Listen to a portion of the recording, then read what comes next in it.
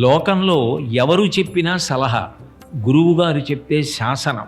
గురుర్బ్రహ్మ గురుర్విష్ణు గురుర్దేవో మహేశ్వర గురు సాక్షాత్ పరబ్రహ్మ తస్మై శ్రీ గురవై నమః. ఈ మాట చెప్తున్నప్పుడు నాకు ఒక్క విషయం జ్ఞాపకానికి వస్తోంది. నడిచే దేవుడని పేర్గాంచినటువంటి మహాపురుషులు, అపర శివావతారులు, వేరొక శంకర భగవత్పాదులు, సన్యాసాశ్రమ నియమాన్ని తూచా తప్పకుండా పాటించినటువంటి మహాపురుషులు, కంచి కామకోటి 68వ పీఠాధిపతులు శ్రీ శ్రీ శ్రీ చంద్రశేఖరేంద్ర సరస్వతి మహాస్వామి వారు ఒకసారి వేద పాఠశాల అరుగు మీద కూర్చొని ఉండగా 2 పిల్లలు ఆడుకుంటున్నారు. ఆయన పిల్లల్ని పిలిచి, ఏమిరా మీరు ఆడుకుంటున్నారు, పాఠం వినలేదా అని అడిగారు. అడిగితే ఒక పిల్లవాడు అన్నాడు, ఇవాళ మా పాఠం చెప్పే అధ్యాపకుడు రాలేదు, మేము ఆడుకుంటున్నామన్నాడు. రెండవ వాడు అన్నాడు, లేదు మా అధ్యాపకుడు వచ్చారు, మేమే పాఠం వినకుండా ఆడుకుంటున్నామన్నారు. 2 పిల్లలు చెరొక మాట చెప్పారు, నిజానికి అధ్యాపకుడు వచ్చాడా రాలేదా చూసి రెండని పక్కన ఉన్న అంతేవాసిని పాఠశాలలోకి పంపించి మహాస్వామి వారు 2 పిల్లల్ని అక్కడ కూర్చోబెట్టారు.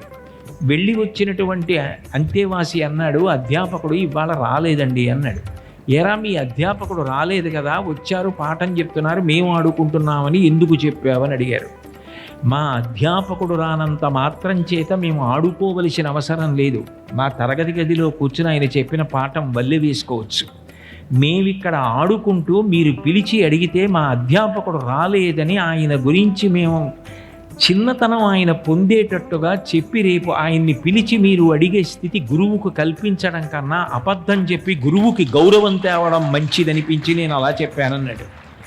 మహాస్వామి వారి కళ్ళంబట ఆనంద భాష్పాలు వచ్చే, ఇది కదురా గురుభక్తి అంటే, వీడికి పుట్టుకతో వచ్చిందిరా గురుభక్తి అన్నారు.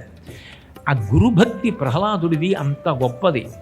నా కంటికి పరబ్రహ్మము కనపడదు, కానీ ఆ పరబ్రహ్మము నడిచి వెళ్ళిపోతే అది గురువు. ఈ కంటితో చూడగలిగినటువంటి పరబ్రహ్మము లోకంలో సూర్యభగవానుడు ఒక్కడే.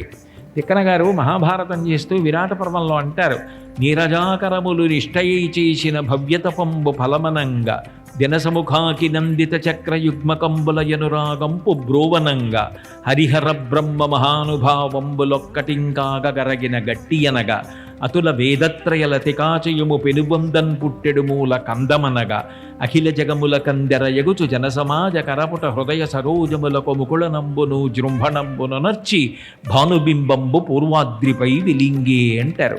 ఈ కంటితో చూడ్డానికి వీలైన పరబ్రహ్మస్వరూపం సూర్యబింబం ఒక్కటే. మళ్ళీ కరచరణాదులతో మన ఎదురుగుండా తిరిగేటటువంటి పరబ్రహ్మస్వరూపం గురువు. ఆ గురువుకి దైవానికి తేడా లేదు. గురుదర్శనం దైవ దర్శనమే అని తిరుగులేని రీతిలో నమ్మినవాడు ప్రహ్లాదుడు. అందుకే తనయందు అఖిల భూతములందు ఒక భంగి సమభంగి వర్తించువాడు, పెద్దల పడగన్న భృత్యునికైవడి చేరి నమస్కృతులు చేయువాడు, కన్నుదోయికి అన్య కాంతలడ్డంబైన మాతృభావన చేసి మరలువాడు, తల్లిదండ్రుల భంగి ధర్మవత్సలతను దీనులగావ చింతించువాడు, సకులయడ సోదర స్థితి జరుపువాడు, దైవతములంచు గురువుల తలచువాడు, లలిత ప్రహ్లాదుడైన లలిత మర్యాదుడైన ప్రహ్లాదుడధిప అంటారు. ఆయన దైవతములంచు గురువుల తలచువాడు, ఎప్పుడూ గురువుల్ని దైవంగా భావించేవాడు. నరసింహస్వామి వారు సంతోషం పొందవలసిన అవసరం ఎప్పుడు కలుగుతుంది అంటే, మనందరం కూడా మన గురువుల్ని అట్లా గౌరవించుకోవాలి. ఇది సనాతన ధర్మం. సనాతన ధర్మంలో గురువు లేని విద్య గుడ్డి విద్య.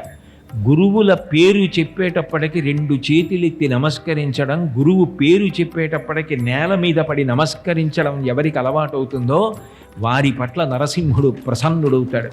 ప్రహ్లాదుడి పట్ల ఆయన ప్రసన్నుడయ్యాడు అంటే కారణం, ప్రహ్లాదుడికి గురువుల పట్ల ఉన్నటువంటి అపారమైన భక్తి ప్రపత్తులు అటువంటివి.